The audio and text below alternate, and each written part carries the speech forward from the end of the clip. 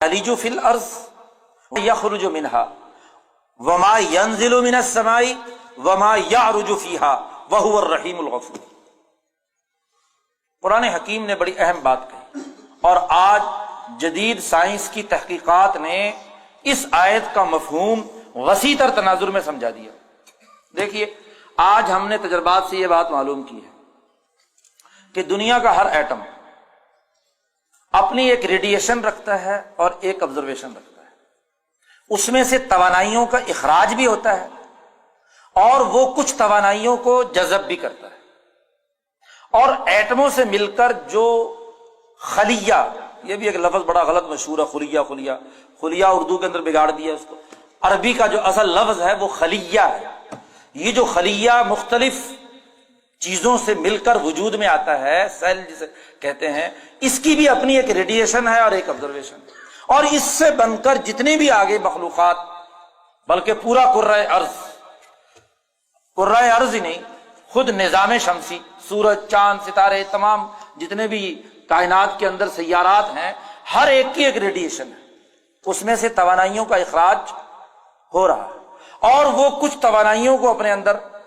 جذب کرتا ہے۔ سورج سے توانائیاں خارج ہو رہی ہیں، یہ کرۂ ارض اسے جذب کرتا ہے۔ کرۂ ارض سے کچھ چیزیں خارج ہو رہی ہیں جو اس کے نظام شمسی کے باقی سیارات انہیں جذب کر رہے ہیں۔ قرآن نے بڑا جامع لفظ استعمال کیا، یعلم ما یلج فی الارض۔ اس نظام شمسی یا ملکوتی نظام سے جو چیز بھی زمین کے دائرے کے اندر داخل ہوتی ہے، یعنی زمین جسے آبزرو کرتی ہے اپنے گرد و پیش سے، اللہ اسے بھی جانتا ہے،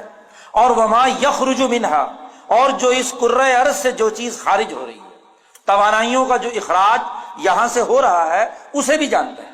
یعنی ہر ایٹم کی ریڈیشن اور اس کی آبزرویشن کا مکمل سسٹم اس کو کیا ہے، اللہ تعالیٰ جانتا ہے مکمل طور پر اس کے علم میں۔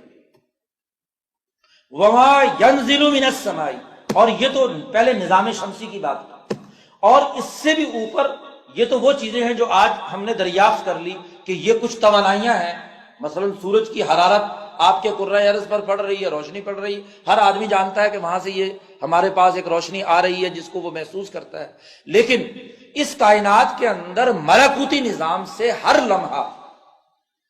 اللہ کے غیب سے توانائیوں کا ایک مربوط نظام انسانی ارواح پر بھی اور انسانی اجسام کے لیے بھی، ان کی روحوں کے لیے بھی اور ان کے اجسام کے لیے بھی مسلسل نازل ہو رہا ہے۔ مثلا یہی رمضان کا مہینہ، اس میں جتنے بھی فضائل اس کے آئے ہیں، یا شب قدر کے فضائل جتنے بھی آئے ہیں، ان تمام میں کہا گیا کہ خاص انوارات نازل ہوتے ہیں، یعنی وہ خاص انوارات جو انسانی روح جذب کرتی ہے، اور انسانی روح کے اعمال یا انسانوں کے اعمال، قرآن نے کہا ہے کہ یصعد الیہ کلم الطیب والعمل الصالح یرفعہ، کہ انسانی اعمال جو ہیں وہ اللہ تک جاتے ہیں، انسانی روح کی تمام چیزیں جو ہے وہ ادھر محفوظ ہوتی ہیں۔ آپ نے یہاں تک احادیث میں پڑھا کہ فرشتے صبح اور شام اترتے ہیں اور ہر انسان کے دونوں کندھوں پر آ کر بیٹھ کر اس کا پورا ریکارڈ لیتے ہیں، تو چیزیں آ بھی رہی ہیں اور جا بھی رہی ہیں۔ تو یہ جو تمام آنے جانے کا مکمل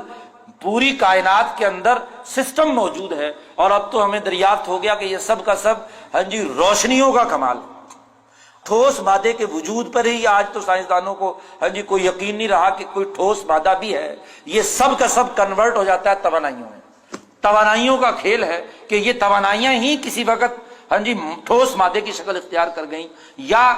بدلتی رہتی ہیں، تغیر و تبدل ہوتا رہتا ہے۔ اور آج یہ حقیقت بھی ہمارے سامنے آ گئی کہ مادہ فنا نہیں ہوتا، مادہ کنورٹ ہوتا رہتا ہے، ایک حالت سے دوسری، دوسری سے تیسری، دوسری تیسری، تو مختلف حالتوں میں بدلتا رہتا ہے۔ تو توانائیوں کی مختلف حالتیں ہیں جو اس پوری کائنات کے اندر مربوط طور پر کام کر رہی ہیں۔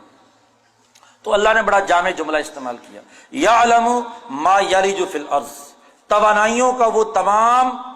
دائرہ جو کرۂ ارض کے فیز میں داخل ہوتا ہے، اور وما یخرج منہا، اور جو اس میں سے نکلتا ہے، اور وما ینزل من السماء، جو آسمان سے نازل ہوتا ہے، اور وما یعرج فیہا، اور جو آسمان کے اندر یہاں کے تمام اعمال اور یہاں کے تمام کارکردگیاں اس آسمان کے اندر داخل ہوتی ہیں۔ کائنات کے اس مربوط نظام کو اللہ تعالیٰ جانتا ہے۔ وَهُوَ الرَّحِيمُ الغفور۔ قرآن حکیم نے کہا وقال الذین کفروا لا تأتینا الساعہ، یہ کافر لوگ کہتے ہیں کہ یہ قیامت یا انقلاب کا یہ عمل وقوع پذیر نہیں ہوگا۔ قل بلا وربی لتأتینکم عالم الغیب، جو شاہ صاحب نے حضرت القدس کی جو حقیقت لکھی ہے، مولانا سندھی کہتے ہیں کہ یہ آیت اس کی تشریح ہے۔ بلا وربی، ہاں میرے رب کی قسم، لتأتینکم عالم الغیب، تمہارے پاس یہ چیز عالم الغیب سے، جاننے والا اللہ تعالیٰ جو ہے غیب کا، اس کی جانب سے تمہاری طرف سے آئے گی، یعنی حضرت القدس اور مالا اعلیٰ سے جو احکامات اللہ نے اس کائنات کے بارے میں طے کر دیے ہیں وہ ضرور آئیں گے تمہارے پاس۔ لا یعزب عنہ مثقال ذرۃ فی السماوات ولا فی الارض، اللہ تعالیٰ سے کوئی چیز مخفی نہیں، ایک معمولی سا ذرہ بھی جو آسمانوں اور زمینوں میں ہے، ایٹم کے بھی مختلف ذرات اور اس کا بھی نیوکلس، اس کا بھی مرکزہ، اس کا کوئی الیکٹرون، کوئی پروٹون بھی اللہ کی نظروں سے غائب نہیں ہے۔ ولا اصغر من ذالک، اللہ نے کہا کہ تمہاری جتنی بھی تقسیم کم سے کم ہو گئی، جس کو کہتے ہو کہ اس کے بعد ایٹم نہیں ٹوٹ سکتا، اس سے بھی اگر نیچے کوئی اور تقسیم موجود ہے، اس سے بھی چھوٹا کوئی ذرہ ہے، ولا اصغر من ذالک، اور ولا اکبر، اس کائنات سے بھی بڑھ کر کوئی اور کائنات بھی ہے تو الا فی کتاب مبین، وہ واضح طور پر اللہ کی کتاب میں لکھی ہوئی ہے۔ آج آپ نے مشاہدہ کیا کہ آپ کا یہ نظام شمسی آپ کی کہکشاں نمبر 20 کا ایک بہت ہی سرے پر، آخری سرے پر ایک آخری نظام شمسی ہے، یعنی 200 ارب نظام شمسی ایک کہکشاں کا حصہ ہے، اور آپ کی اس کہکشاں میں سے آپ کا اپنا نظام شمسی بیچارہ بالکل کونے پہ ہے، مرکزے پہ بھی نہیں ہے،